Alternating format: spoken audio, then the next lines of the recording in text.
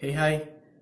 நான் ஒரு மாதத்துக்கு முன்னாடி சோனி பார்ட் ஒன் அப்படின்னு சொல்லிட்டு ஒரு வீடியோ ஒன்று போட்டிருந்தேன். ஸோ அந்த வீடியோவோட ஒரு செகண்ட் பார்ட் தான் அது, சோனி பார்ட் டூ.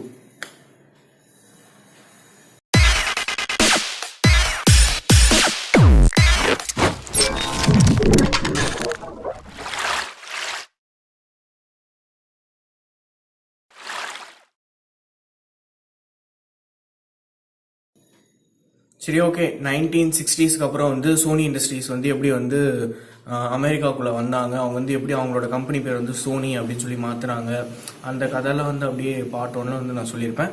சரி, அதுக்கப்புறம் 1960ஸ்க்கு அப்புறம் எப்படி அந்த கம்பெனி மாறுச்சு அப்படிங்கிறத இந்த வீடியோவில் பேசும். ஸோ ஃபர்ஸ்ட் அந்த டைமில் நான் சொன்ன மாதிரியே அவங்க டிரான்சிஸ்டர் தான் மெயினாக ஒரு மிகப்பெரிய ஒரு வரப்பிரசாதம் அப்படின்னு கூட சொல்லலாம்.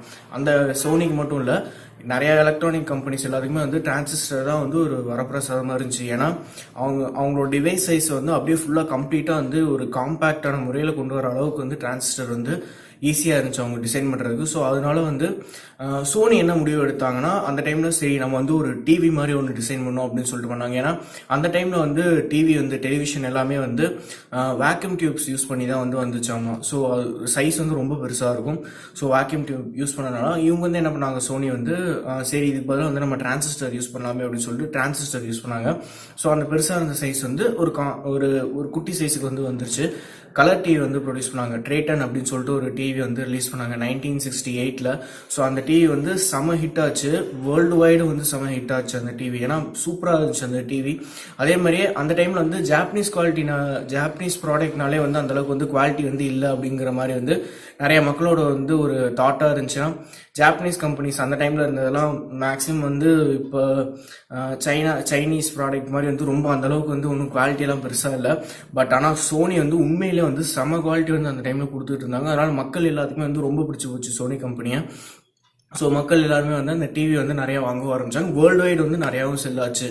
ஸோ இந்த மாதிரி அவங்க வளர்ந்துக்கிட்டே வர 1975ல் கேம் கேட்டர் மாதிரி ஒன்று, இந்த என்ன சொல்கிறது, வீடியோ ரெக்கார்டிங் கேசட்லாம் இருக்குல்ல, ஸோ அந்த மாதிரிலாம் ரெக்கார்ட் பிளேயர் அந்த மாதிரிலாம் கொண்டு வந்தாங்க. பட் அது அந்தளவுக்கு கிளாரிட்டியாகவும் இல்லை. ஸோ அந்தளவுக்கு மக்களும் அந்தளவுக்கு பிடிக்கல. சரி, அடுத்து என்ன ப்ராஜெக்ட் மூவ் பண்ணலாம் அப்படின்னு சொல்லி பார்க்குறப்ப 1978ல் என்ன பண்ணாங்கன்னா, சோனி அப்படியே ஃபிலிப்ஸோட ஒரு டைப் மாதிரி வச்சுக்கிட்டாங்க. முன்னாடியே சோனிக்கும் ஃபிலிப்ஸுக்கும் செம ஒரு பாண்டிங் இருந்துச்சு. ஸோ இவங்க என்ன பண்ணாங்கன்னா, சோனி அப்படியே ஃபிலிப்ஸ் கம்பெனியோட சேர்ந்து என்ன ப்ராடக்ட் பண்ணலாம் அப்படின்னு சொல்லி பார்த்தப்ப தான் சோனி லேசர் டிஸ்க் அப்படின்னு சொல்லி வச்சுருந்தாங்க. இப்போ நம்ம பார்க்குறோம்ல சிடி டிஸ்க், இப்போ நம்ம யூஸ் பண்ணுறதுல அதிகமாக. பட் இன்னும் ஒரு 5 வருஷம் ஒரு 10 வருஷத்துக்கு முன்னாடிலாம் காம்பாக்ட் டிஸ்க் நிறைய நம்ம யூஸ் பண்ணியிருப்போம்ல. ஸோ அந்த மாதிரி சிடி அவங்க ப்ரிப்பேர் பண்ணுறதுக்கு முன்னாடி லேசர் டிஸ்க் மாதிரி ஃபிலிப்ஸ் யூஸ் பண்ணிட்டு இருந்தாங்க. ஃபிலிப்ஸ் இந்த டிஜிட்டல் ஆடியோ, இந்த ஆடியோ ப்ராசஸிங்லாம் இருக்குல்ல, அதில் செம்மையாக முன்னாடி வந்துகிட்டு இருந்தாங்க. ஸோ அவங்களோட ஒரு டைப் மாதிரி வச்சுக்கிட்டாங்க சோனி. ஸோ இவங்க ஃபிலிப்ஸ் சோனி 2 பேருமே ஒன்று சேர்ந்து தான் காம்பாக்ட் டிஸ்க் அப்படின்னு ஒன்று கண்டுபிடிச்சாங்க. அதுக்கு முன்னாடி லேசர் டிஸ்க் இருந்துச்சு. ஸோ அதுக்கு அது அப்படியே ஒரு சின்ன சைஸாக ஒரு சின்ன ஃபார்மேட்டில் அப்படியே சிடி காம்பாக்ட் டிஸ்க் அப்படின்னு சொல்லி கொண்டு வந்தாங்க. ஸோ இவங்களோட இதெல்லாம் சிடி உங்களுக்கே தெரியும் எந்த அளவுக்கு பயங்கரமாக ஹிட்டாக இருக்கு. ஏன்னா எல்லாருமே மேக்ஸிமம் எல்லாருமே சிடி யூஸ் பண்ணியிருக்கோம், பார்க்காத ஆளுங்களே இல்லைன்னு கூட சொல்லலாம். ஸோ அந்த அளவுக்கு செம்ம ஹிட் ஆயிருச்சு. ஸோ இப்படியே அவங்க வளர்ந்துட்டு வர 1982ல் தான் சிடி வெளியே வந்துச்சு. அவங்களோட அந்த டைமுக்கு அப்புறம் ஒரு 1 or 2 இயர்ஸ் கழிச்சு தான் இன்னொரு செம ஹிட்டான ஒரு ப்ராடக்ட் கொடுத்தாங்க, வாக்மேன். ஸோ வாக்மேன் நிறைய பேர் தெரிஞ்சிருக்கும். வாக்மேனோட அந்த பிராண்ட், அந்த சப் பிராண்டோட நேமே நிறைய பேர் தெரிஞ்சிருக்கும். ஏன்னா அந்த அளவுக்கு அந்த சப் பிராண்ட் ரொம்ப அளவுக்கு சோனி ஹிட் பண்ணியிருந்தாங்க. வாக்மேன் அந்த டைமில் முன்னாடிலாம் பாட்டு கேட்கணும் அப்படின்னு பார்த்தீங்கன்னா, ஒரு பெரிய ஒரு டிவி, என்ன சொல்கிறது, ஒரு டிவி சைஸுக்கு ஒரு பெருசாக ஒரு ரேடியோ டிவைஸ் மாதிரி இருக்கும். இல்லாட்டி பார்த்தீங்கன்னா பெரிய பெரிய இது ஸ்பீக்கர்லாம் வச்சு பயங்கரமாக பெருசாக இருந்துச்சு. பட் சோனி என்ன பண்ணாங்கன்னா, வாக்மேன் அப்படிங்கிற ஒரு பேரில் சும்மா ஒரு சின்ன ஒரு பாக்ஸ் சைஸுக்கு குட்டியாக ஒரு காம்பேக்டான ஒரு சைஸ், ஒரு பாக்கெட்டில் கூட நம்ம வச்சுக்கலாம், அந்தளவுக்கு ஒரு பாக்கெட்டில் வச்சுக்கிற மாதிரியான ஒரு டிவைஸ் டிசைன் பண்ணி அது கூட கேட்கறதுக்கு ஒரு ஹெட்ஃபோன்ஸ் மாதிரி கொடுத்துட்டாங்க. ஸோ அந்த டைமில் ஒரு 1980 1985 அந்த அந்த டைமில் நான் சொல்லிட்டு இருக்கேன். ஸோ அந்த டைமில் பார்த்தீங்கன்னா அப்படி ஒரு டிவைஸுங்கிறதே வந்து கேட்கவே வந்து ரொம்ப சூப்பரான அதாவது இப்படி அந்த டைமில் இப்படியெல்லாம் நம்ம சொன்னாலே வந்து இப்போ இப்படிலாம் ஒரு டிவைஸ் இருக்காப்பா அப்படின்னு சொல்லி எல்லாருமே வந்து ரொம்ப ஆச்சரியப்படுவாங்க. அந்தளவுக்கு வந்து சூப்பராக டிசைன் பண்ணாங்க வாக்மேனை. அதுக்கப்புறம் அதுவுமே வந்து செம்ம ஹிட் ஆச்சு, எல்லாருக்குமே ரொம்ப பிடிச்சி போச்சு. ஏன்னா மக்கள் எல்லாருக்குமே வந்து ஒரு காம்பேக்டான டிவைஸ் இது, எல்லாருமே வந்து ஈஸியாக யூஸ் பண்ணலாம். எங்கே போனாலும் அதை வச்சுட்டு ஒன்றும் இல்லை, ஒரு கேசட் ரீடர் மாதிரி இருக்கும். தொடர்ந்து என்ன ஒரு பாட்டு வேணுமோ அந்த கேசட் நீங்கள் உள்ளே போட்டு ப்ளே பண்ணிங்கன்னா அது வாட்டுக்கு ரன் ஆகிட்டு இருக்கும். நீங்கள் வாட்டுக்கு எங்கே வேணாலும் அதை எடுத்துகிட்டு போகலாம். ஸோ எவ்வளோ ஒரு சிம்பிளான ஒரு டிசைனில். ஸோ அதனால வாக்மேன் வந்து செம ஹிட் ஆச்சு. அதனால தான் மேக்ஸிமம் சோனியோட நிறையா இந்த என்ன சொல்கிறது ஆடியோட இதெல்லாம் இருக்குல்ல, அதுக்கெலாம் வந்து ரொம்ப நாளைக்கு வந்து வாக்மேன் அப்படிங்கிற பேரை வந்து கொடுத்துட்டே இருந்தாங்க. அண்ட் தென் அதுக்கப்புறம் வந்து ஒரு 1988க்கு அப்புறம் வந்து சிபிஎஸ் ரெக்கார்டர்ஸ் அப்படின்னு சொல்லி ஒன்று இருந்துச்சு. ஸோ அது வந்து ஒரு ரெக்கார்டிங் கம்பெனி, ஆக்சுவலாக ஒரு ஆடியோ ரெக்கார்டிங் கம்பெனி. ஸோ அந்த கம்பெனி வந்து அவங்க என்ன பண்ணாங்கன்னா சோனி வந்து அதை வாங்கிட்டாங்க. வாங்கினதுக்கப்புறம் தான் இப்போ சோனி மியூசிக்னு இருக்குல்ல, சோனி மியூசிக் என்டர்டெயின்மெண்ட், அதுக்கப்புறம் கொலம்பியா பிக்சர்ஸ் என்டர்டைன்மெண்ட்லாம் இருக்குல்ல, ஸோ அதெல்லாம் வந்து சோனியோட தான். ஸோ சோனி வந்து அதை வாங்கி வந்து அதை அப்படியே வந்து டெவலப் பண்ணாங்க. அந்த 1993 என்னாச்சுன்னு பார்த்தோம்னா சோனி கம்ப்யூட்டர் என்டர்டைன்மெண்ட் அப்படின்னு ஒன்று கொண்டு வந்தாங்க. அண்ட் தென் அந்த டைமில் தான் வந்து ஒரு 1 or 2 years கழிச்சு தான் வந்து பிளே ஸ்டேஷன் அப்படிங்கிறது வந்து ரிலீஸ் ஆச்சு. சோனியோட ஒரு மிகப்பெரிய ஒரு ஹிட் அப்படின்னு சொன்னோம்னா அது பிளே ஸ்டேஷன் தான். ஏன்னா கிட்டத்தட்ட 100 மில்லியன் யூனிட்ஸ் வரைக்கும் அவங்க விற்றுருக்காங்க சோனி பிளே ஸ்டேஷனை மட்டுமே. 2000 to 2010க்குள்ளே வந்து அவங்க பிளே ஸ்டேஷன் வந்து அப்படியே ஒவ்வொரு ஸ்டெப் பை ஸ்டெப்பாக PlayStation 2, PlayStation 3, PlayStation 4 அப்படின்னு சொல்லி ஒவ்வொன்றா அடுக்கடுக்கா அப்படியே விற்றுக்கிட்டே வந்து செம ஹிட் ஆச்சு பிளே ஸ்டேஷன். ஸோ இந்த மாதிரி பிளே ஸ்டேஷன் வந்து நிறைய விற்றாங்க அவங்க வேர்ல்டு வைடில். ஸோ நல்ல ஹிட் ஆச்சு. ஏன்னா கேமிங்கில் வந்து பிளே ஸ்டேஷன் வந்து அடிச்சுக்க முடியாது. எக்ஸ்பாக்ஸ் வந்து காம்படிட்டராக இருந்தாலுமே அதுக்கு ஈக்குவலாக கொடுக்குற மாதிரி வந்து பிளே ஸ்டேஷன் வந்து செமையாக இருந்துச்சு. ஏன்னா ஒரு டஃப் காம்படிஷன் கொடுச்சு பிளே ஸ்டேஷன், நிறைய பேர் வாங்கினாங்க பிளே ஸ்டேஷனை. ஸோ இப்படியே வந்து கம்பெனி வந்து கொஞ்சமாக வந்து டெவலப் ஆகிட்டே இருந்துச்சு.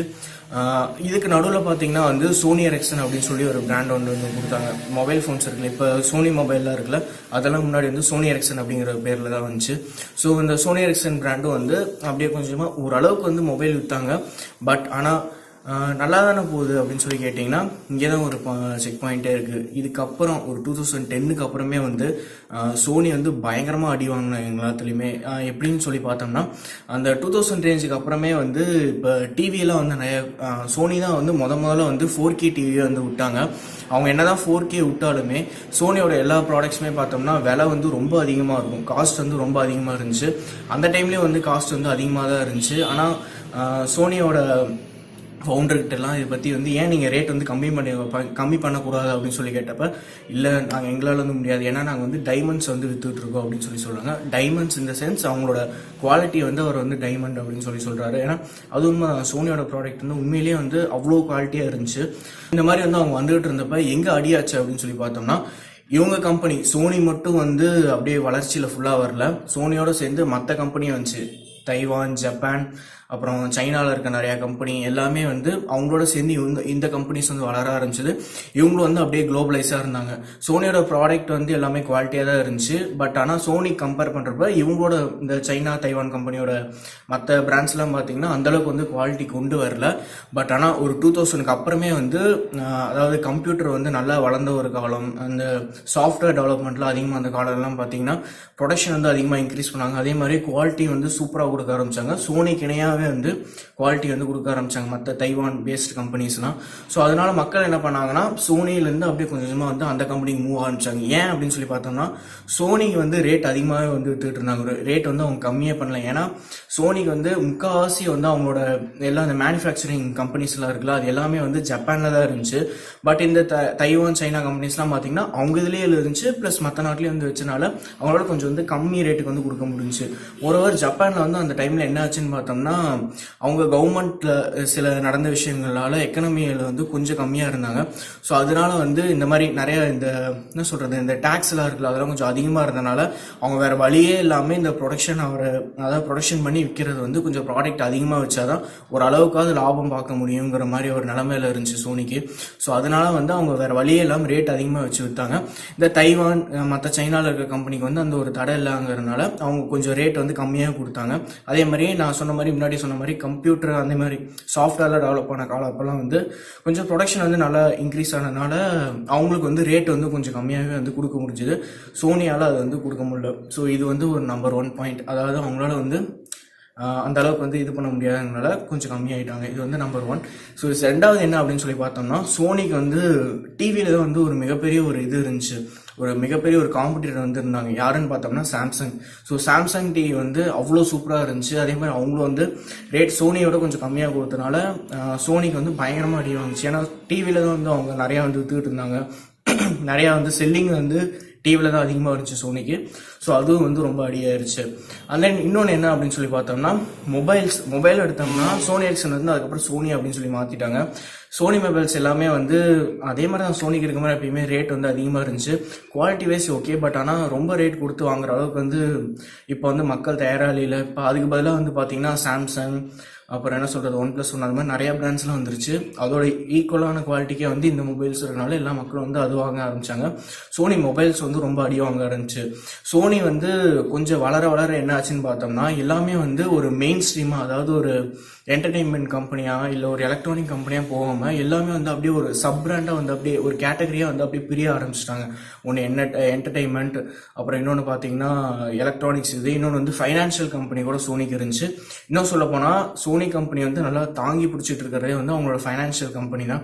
ஏன்னா அவங்க அந்த பேங்கிங் இதில் தான் வந்து ஓரளவுக்கு வந்து இப்போ வரைக்கும் வித்ஸ்டாண்ட் பண்ணிட்டு இருக்காங்க. ஏன்னா எலக்ட்ரானிக்ஸில் வந்து அந்தளவுக்கு வந்து இப்போ க்ரோத் இல்லை, க்ரோத்துங்கிறதோட அந்தளவுக்கு செல்லிங்கே இல்லை சுத்தமாக சோனிக்கு.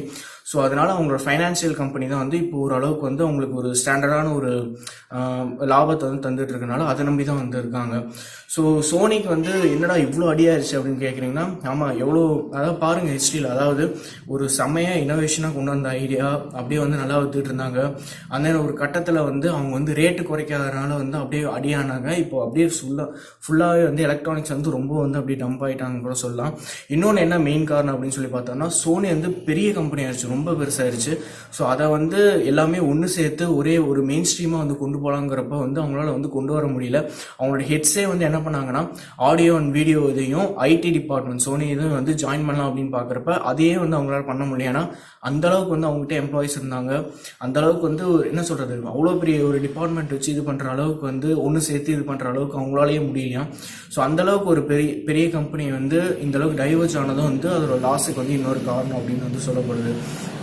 சரி, என்னடா இவ்வளோ அடியாயிருச்சு, சோனி அப்போ எலக்ட்ரானிக்ஸ்லேயே இல்லையா அப்படின்னு சொல்லி கேட்டிங்கன்னா, அப்படி சொல்ல முடியாது. சோனி இன்னமும் வந்து எலக்ட்ரானிக்ஸில் வந்து சில இதில் வந்து செமையாக தான் இருக்காங்க அப்படின்னு சொல்லலாம். எதுலன்னு கேட்டிங்கன்னா, கேமரா சென்சார். அவங்களோட கேமரா சென்சர்லாம் பார்த்தீங்கன்னா இப்போ நிறைய முக்கால்வாசி மொபைல்ஸ் வந்து சோனியோட கேமரா சென்சார் தான் யூஸ் பண்ணுறாங்க. ஏன் ஆப்பிள், சாம்சங், அப்புறம் மற்ற தைவான் பேஸ்டு கம்பெனிஸ், அப்புறம் ஏன் இது OnePlus இதில் எல்லாத்துலேயுமே வந்து சோனியோட கேமரா சென்சார் தான் யூஸ் பண்ணுவாங்க மெயினாக. ஸோ ஏன்னா சூப்பராக இருக்கும் அது யூஸ் பண்ணுறது, அதோட குவாலிட்டி. ஸோ அதனால் வந்து அது யூஸ் பண்ணுறதுனால அவங்க முக்கால்வாசி வந்து அந்த கேமரா சென்சார் வைக்கிறதுனால அவங்களுக்கு அதில் கொஞ்சம் லாபம் இருக்குது. and then இன்னொன்று என்னென்னு பார்த்தோம்னா, DSLR கேமராஸ்லாம் இருக்குல்ல, அதுலேயும் அப்புறம் கேமரா செக்ஷன் எல்லாத்துலேயும் வந்து சோனி வந்து இன்னமும் வந்து சூப்பராக தான் இருக்காங்க. அடிச்சுக்க ஆளே இல்லைங்கிற மாதிரி இன்னமும் வந்து சூப்பராக தான் இருக்காங்க. ஸோ இந்த மாதிரி சில டிபார்ட்மெண்ட்டில் தான் வந்து சோனி வந்து இப்போதைக்கு வந்து நினச்சிருக்காங்க. அண்ட் தென் பிளே ஸ்டேஷனும் ஓரளவுக்கு வந்து நல்லா இருக்காங்க. விர்ச்சுவல் ரியாலிட்டியில் வந்து இப்போ ஓரளவுக்கு வந்து சோனி கான்சன்ட்ரேட் பண்ணிட்டு இருக்காங்க. பிளே ஸ்டேஷன் விர்ச்சுவல் ரியாலிட்டியில் வந்து கிட்டத்தட்ட 366 பேட்டர்ன்ஸ் வந்து விர்ச்சுவல் ரியாலிட்டிக்கு மட்டுமே வந்து அவங்க வச்சுருக்காங்களாம். செம்மல 366 பேட்டர்ன்ஸ் இருக்கான் விர்ச்சுவல் ரியாலிட்டிக்கு மட்டுமே சோனிகிட்ட. ஸோ இந்த மாதிரி சில டிபார்ட்மெண்ட் வந்து கான்சன்ட்ரேட் பண்ணிகிட்டு இருக்காங்க. ஆனால் இப்படி எந்த ஒரு கம்பெனி வந்து இப்படி ஆயிடுச்சுங்கிற மாதிரி தான் இருக்குது. பார்ப்போம் எந்த அளவுக்கு வந்து இவங்க வந்து அந்த பிரச்சனையெல்லாம் சமாளித்து திரும்பி எப்படி பழைய மாதிரி வராங்களா அப்படிங்கிறதெல்லாம் வந்து நம்ம பொறுத்து தான் பார்க்கணும். So see you next video. Thanks for watching. Bye.